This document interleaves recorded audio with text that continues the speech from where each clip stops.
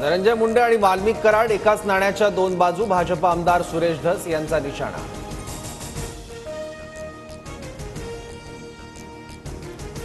धनंजय मुंडे आणि पंकजा मुंडेंनी राजीनामा द्यावा। धनंजय मुंडेंविरोधात पुरावे गोळा करणार, रोज बीडमध्ये आंदोलन करणार। अंजली दमानी आक्रमक।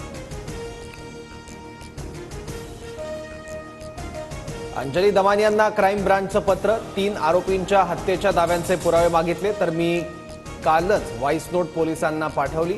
गरज पडल्यास सर्व पुरावे देणार, दमानी यांचं वक्तव्य। आरोपींची संपत्ती जप्त करून नाही तर अटक केल्यावर समाधान मिळेल, संतोष देशमुखांचे बंधू धनंजय देशमुखांची मागणी।